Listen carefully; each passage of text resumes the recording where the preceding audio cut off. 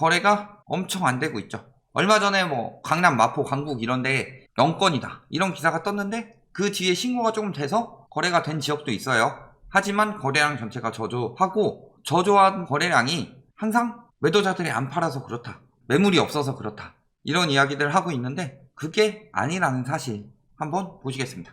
지금 거래가 얼마나 떨어졌어요? 1년 전 대비 37.1% 하락했다. 이게 핵심이 진짜 매물 잠금된 지역들, 그런 지역들을 뿐만 아니라 전국적으로예요.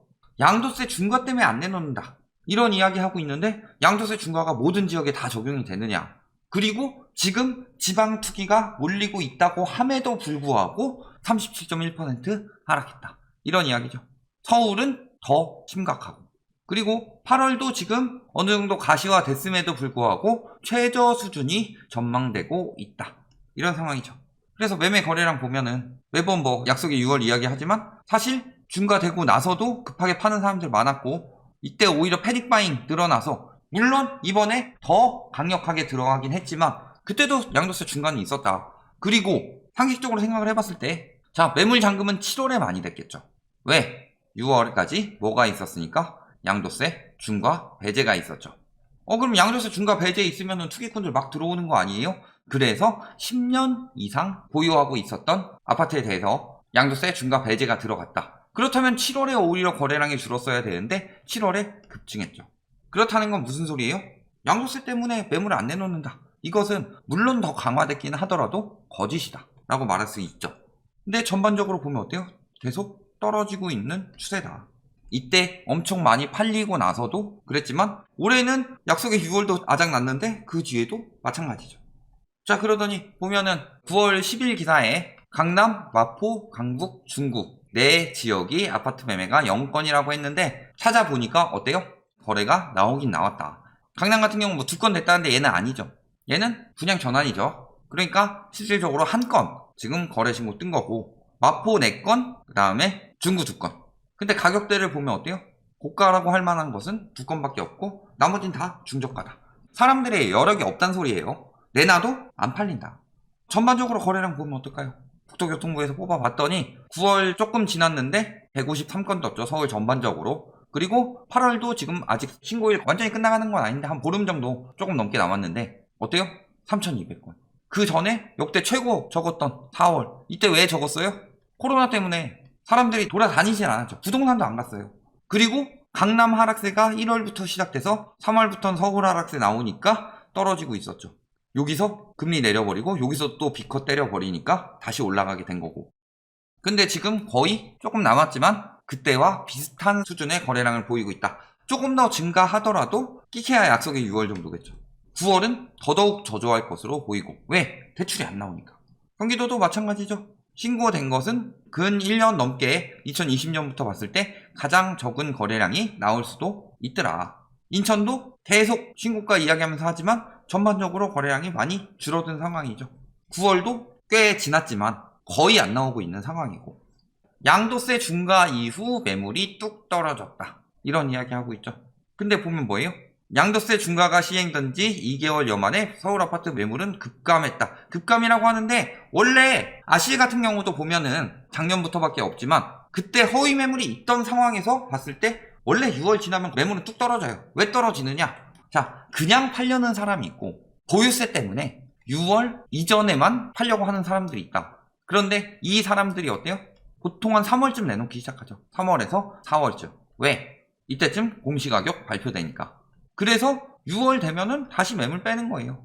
왜? 이 사람들은 오를 것이라고 믿고 있지만 그래도 보유세 부담이 너무 크니까 수익이 안 날 것 같아서 내놨다가 어차피 내는 거. 그렇다면 더 오를 거라고 생각하니까 일단 걷어들인다. 뭐 이 정도로 볼 수 있겠죠. 이게 무슨 양도세 중과 때문이냐. 그러면서 뭐라 그래요? 양도세 완화해라. 그럼 양도세 완화해서 그 돈 가지고 뭐 할까요? 다시 들어오는 건 뻔한 거다. 수익이 그냥 예를 들어서 거래가 안 되면 양도세 완화해주고 하락 안 하면 양도세 완화해주고 이런 인식이 부동산 시장에 생겨버리게 된다면 오히려 더 버티겠죠. 그러니까 절대 안 해준다, 이런 이야기를 하고 있는데 된다 전문가들이 양도세 완화해줄 수밖에 없어, 이런 식으로 자꾸 이야기를 하니까 버티는 건데 한계가 있죠. 버텨봤자 언제까지예요? 11월에 부과돼요. 그러면 그때 가서 부랴부랴 내놓겠죠. 지금 낼 돈 없는데 일단 더 버팅기는 거죠. 지난해 양도세 관련 질의만 3천 건 이상 쏟아졌다. 무슨 소리예요? 작년부터 양도세 이야기가 왜 나왔을까요? 작년에 더 준 거 안 했죠? 근데 양도세를 왜 물어보겠어요? 첫 번째, 그냥 궁금해서. 두 번째, 팔려고. 상식적으로 생각해봐도 양도세 관련 질문이 늘었다는 것은 무슨 소리예요? 팔려고죠, 팔려고. 그래서 보면은 2016년, 2017년, 2018년, 2019년에 이 정도 수순인데 작년에 3천 건 넘었고 올해는 어때요? 6월까지만 해도 근 3천 건. 자, 올해 질문이 더 많다는 건 뭐예요? 올해 더 급한 사람들이 많다. 왜? 양도세뿐만이 아니라 보유세도 있으니까. 보유세도 엄청 올라갔죠. 취득세도 올라갔어요. 팔기는 점점 힘들어지고 그러니까 환급성이 있을 때 빨리 팔고 싶은데 안 팔리는 거죠. 가격을 낮춰서 팔긴 싫으니까.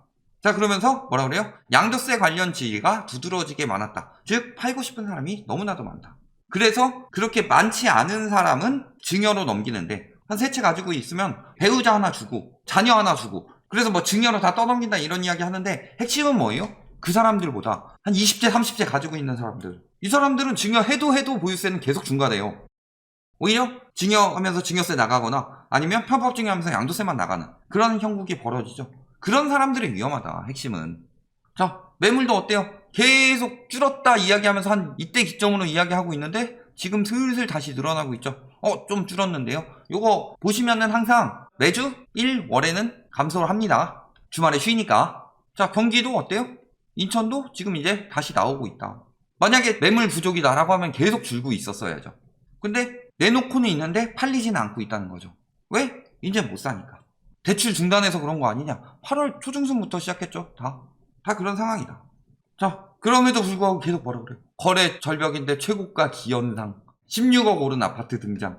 최고가 물론 거래 될 수 있죠. 그리고 계속 이거 이야기 나오죠. 아니 반포자이 244제곱미터가 언제부터 선도 아파트예요? 예를 들어서 사람들은 다 저기 살 수 있는 게 5억 6억짜리 아파트 끼케야지 뭐 9억 10억까지 가는데 갑자기 뭐 65억짜리 신고가 찍었다고 해서 아 그렇구나 부동산이 오를 시기구나, 신고가를 찍는구나, 부동산은 계속 오르는구나 이렇게 생각하는 사람이 어딨냐 세상에. 그러니까 신고가 찍는 거 들고 올 만한 게 저런 거밖에 없다는 거예요. 그들만의 리그, 반포자이, 한남 더입, 나인원 한남 이런 것들. 그리고 말씀드렸지만 요거 당시에 보면은 55억짜리 매물도 엄청나게 많았어요. 고층으로. 그런데 굳이 저게 거래가 된 이유가 뭐겠느냐. 그래서 일부 극단적인 거래에 의해서 시장 분위기가 좌우되고 있다. 왜? 기대만 늘어나고 있으니까. 이게 무슨 소리예요? 고점에 도달했다는 위험으로 볼 수 있다. 이야기를 하죠. 그런데 이런 거래 가지고 전문가들이 여기도 보면 뭐라 그래요? 일부 극단적인 사례로 시장 상황이 왜곡될 수 있다. 이런 식으로 이야기하잖아요. 은행 지점장님, 이 부분만은 유일하게 뭐라 그래요? 수요가 줄어들 때 급감하지만 다주택자 규제로 인해서 급감한 것이다. 그래서 신고가를 찍는다. 계속 이런 이야기를 하고 있고 지금이라도 집 사라. 뭐 이런 식으로 늘 이야기하는데 아니죠. 방금 매물 늘어난 거 봤잖아요. 그리고 신고가 거래만 이야기하고 있는데 어때요? 신고가 비중 줄어들고 하락 거래 비중 늘어났다. 자, 그래서 35% 26건 신고가인데 구로구 금천구에서 주로 나왔더라. 지금 다 외곽으로 빠지고 있다고 그랬어요. 이제 노도강도 끝나가고 있죠. 노도강 끝나가서 어디 가는 거예요? 금강구 가는 거예요 지금. 금강구 가면 거기서 더 빠질 데가 어디 있어요? 보면은 서대문구 이런데 직전 신고가에 비해 하락. 그 다음에 뭐 송파구 여기도 신고가 대비 7천만원 하락. 그동안 하락거래 비중은 많아야 40% 초반대 정도였는데 현재까지는 45%가 하락거래더라. 그러니까 45% 하락거래는 주목하지 않고 35%의 신고가 거래, 그 중에서도 가장 극단적인 것만 들고 와서 거래량이 줄어도 집값은 오르고 있다라고 말하고 있을 뿐이죠. 실질적으로는 어때요? 거래량이 줄면서 하락거래 비중도 늘어났다. 즉 매수자보다 매도자가 급해지고 있는 상황으로 가고 있다라는 거죠. 자, 그럼에도 계속 이런 이야기 하고 있죠. 이분 무조건 사라 그러죠. 건설사 나팔수니까. 그래서 뭐라 그래요? 꺾인 것도 아니다. 계속 뭐 신고가는 발생하고 이런 이야기 하고 있죠. 그러면서 주택시장의 호황으로 거래량이 안 되는데 무슨 호황이야. 호가만 올려놓는다고 호황이 아니죠. 더 오를 것이란 예상이 우세한 시점. 계속 이런 식으로 이야기하고 있죠. 저점 매수하는 것은 일반인들이 계획적으로 하기 어렵습니다. 물론 어려워요. 그래서 저점을 이야기하진 않더라도 적어도 합리적인 가격에서 해야 되지 않느냐. 그래서 저희가 이야기한 거 아직도 댓글 이따위로 달리고 있어요. 저희가 이야기하는 거는 떨어진다가 아니라 실거주가 매수할 때가 아니다 라는 거죠. 왜? 지금 매수하면은 정상적인 가격에 매수했을 때보다 최소 몇 년치에서 최대 몇십 년치 연봉이 날아간다. 그걸 2019년부터 이야기를 했죠. 결국 떨어졌을 때 조금 떨어지면은 거봐 내 말이 맞지 이딴 이야기 할 것 같아요? 제가 그럴 것처럼 막 이야기를 하고 있어요. 적어도 2017년 이하까지는 충분히 떨어지고도 남습니다. 그런데 그걸 가지고 뭐라고 그래요? 취질 마음대로 재단하고 조금 떨어졌으면 내 말이 맞지라고 우길 사람이다. 언제 나를 봤다고? 그런 적 있어요? 항상 2020년 초반 그리고 2019년 저희 시작할 때도 떨어지고 있었죠. 떨어지던 시기에도 뭐라 그랬어요? 더 떨어질 거다. 지금 이 가격은 아직도 거품이다 라고 이야기했죠. 2020년 1월에 거봐 떨어졌지? 내 말이 맞아 이런 얘기했어요. 앞으로 더 떨어져야 한다 이렇게 얘기했죠. 맨날 뭐 LTV 40% 내로 받아서 50% 내로 받아서 붕괴는 없다 하고 있는데 뭐라 그랬어요? 100채짜리 있는 데에서 한두 건만 급매 투매 나와도 분위기는 확 바뀐다고 그랬죠. 그런데 신용대출 비중이 몇 퍼센트다? 15%다. 15% 엄청 많이 받은 거죠. 이들은 조만간 나올 수밖에 없다. 1억 원 이상 대출했기 때문에. 자, 신용대출까지 받았다는 거 DSR 규제를 넘어섰다는 거죠. 넘어섰을 수밖에 없어요. 저분들은. LTV 40% 받고 내가 돈을 더 벌어서 신용대출을 받았다 이게 아니에요. 그럼 DSR 넘어서면은 첫 번째로 뭐가 안 되느냐? 급전 필요할 때 1금융권 이런 데서 대출이 안 된다. 지금 근데 저축은행까지 막히고 있죠. 사채로 가면 어떻게 돼요?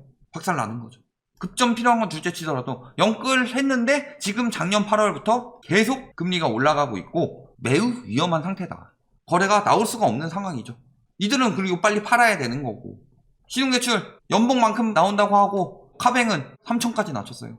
5천도 아니고 마통 한도를. 그리고 신용대출은 5천까지 축소했죠. 계속 축소 중이다. 이거 앞으로 계속 이어질 수밖에 없어요. 매수심리 계속 오른다고 하고 있는데 서울 매수심리 자 기사에서 맨날 나오고 있는 거 부동산원만 나오죠. 그런데 그 전에 부동산원이 떨어질 때는 그래도 100 넘는다고 하든가 KB만 했죠. 그런데 KB는 지금 4주째 떨어지고 있는데 이야기를 잘 안 한다. 심리 계속 떨어지고 있죠. 계속 꺾이고 있어요. 광주 여기 빼고 다 꺾이고 있죠. 웬만한데 대구는 지금 뭐 심리가 이미 바닥을 기고 있는 상황이고 거기다가 이거 지금 정부 깔려고 넣는 건데 엄밀하게 말하면 무슨 소리예요? 자, 중산층이 살 수 있는 서울 아파트 이제 5.5만 채 1년 만에 4분의 1 토막이에요. 살 수 있는 게 4분의 1밖에 없어 예전보다. 그런데 여기서 더 올리면 살 수 있다고요? 그래도 사줄 거라고요? 말도 안 되는 소리죠. 결론 거래량 계속 박살날 거라고 이야기했죠. 그 다음에 앞으로 더 박살날 수밖에 없는 거 대출 중단이 이어집니다. 그리고 금리도 계속 올라가죠. 이 상황에서 뭐예요? 집값 더 올린다고 칩시다. 영끌해도 못 사요. 근데 어떻게 계속 올라? 아 그러면 조금 떨어지면 다시 오르지 않겠느냐? 조금 떨어지면 심리가 바뀌죠. 거래량은 앞으로 계속 줄어들 수밖에 없고 이게 매도자 우위 때문에 줄어드는 게 아니라 매물 늘어나는 것만 보면 나오고 양도세 문의하는 것만 보면 나온다. 지금 살 수 있는 매수자가 없기 때문이다. 여기까지 말씀드리겠습니다.